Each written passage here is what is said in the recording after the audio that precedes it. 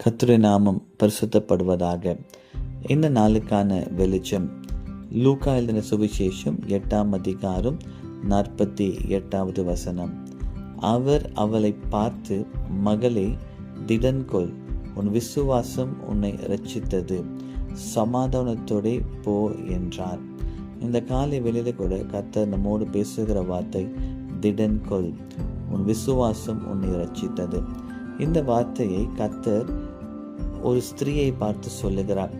12 வருஷமாய் பெரும்பாடு உள்ள ஸ்திரீ, யாராலும் தீர்க்க முடியாத ஒரு வியாதியோடு கூட இருந்த அந்த ஸ்திரீ, அவள் இருதயத்தில் ஒரு பெரிய விசுவாசம். இயேசுவிடத்துல வந்தா இயேசு எனக்கு அற்புதத்தை செய்வார். அவள் வசனம் சொல்லுகிறது, அவள் ஆஸ்தியை எல்லாவற்றையும் அங்க இருந்த டாக்டர்கிட்ட கொடுத்து பார்த்தா யாராலையும் அவளை சுகமாக்க முடியல. அப்போது இயேசு அவ்வழியாய் வருகிறார் என்பதை அறிந்து இயேசுவிடத்துல வந்தான். இயேசு எங்க போனாலும் ஒரு பெரிய கூட்டம் என்ன செய்ததான், அவரை நெருக்கி கொண்டே வந்தது. இவளால் கிட்ட போக முடியல. ஆனா உள்ள ஒரே ஆசை, இயேசுவின் வஸ்திரத்தின் தொங்கல், அதாவது இயேசுவின் துணியில ஒரு இடத்தை தொட்டாவது எனக்கு அற்புதம் நடைபெறும் என்று ஒரு பெரிய விசுவாசத்தோடு இயேசுவை தொட்டால், தொட்ட மாத்திரத்தில் வசனம் சொல்லுகிறது, இயேசுவிடத்திலிருந்து வல்லமை புறப்பட்டு அவள் உடனே சுகமானாள். உடனே இயேசு கேட்கிறார், யார் என்னை தொட்டது என்று கேட்கிறார். அப்போ அங்கே இருக்கிற எல்லாரும் சொன்னாங்க, ஆண்டவரே, இவ்வளோ பேர் உன்னை நெருக்குகிறார்கள், இந்த கூட்டத்தில் யார் என்னை தொட்டது என்று கேட்டால் நாங்கள் எப்படி கண்டுபிடிக்க முடியும்?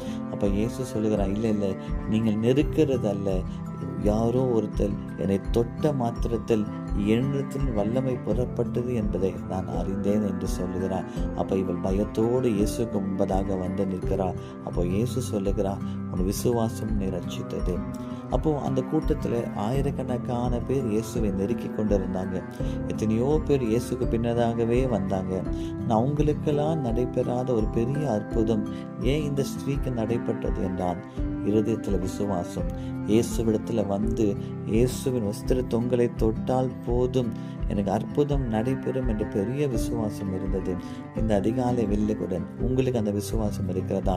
எல்லாரும் உங்களை கைவிட்டு இருக்கலாம், நீங்க வியாதியில இருக்கலாம், பலவீனத்தில் இருக்கலாம், பண தேவையில் இருக்கலாம். இந்த படிக்கிற பிள்ளைகள் ஒருவேளை ஆண்டவரே எனக்கு எதுவுமே புரியல என்று சொல்லி நீங்கள் இதை கேட்டுக்கொண்டிருப்பீர்கள் என்றால், இயேசுவிடத்துல வாங்க.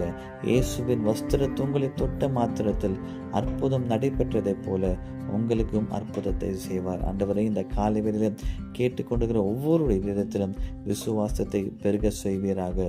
திடம் கொள்ளுங்கள், உங்கள் விசுவாசம் உங்களை ரட்சித்தது. இயேசுவின் நாமத்தில் பிதாவே, ஆமேன், ஆமேன்.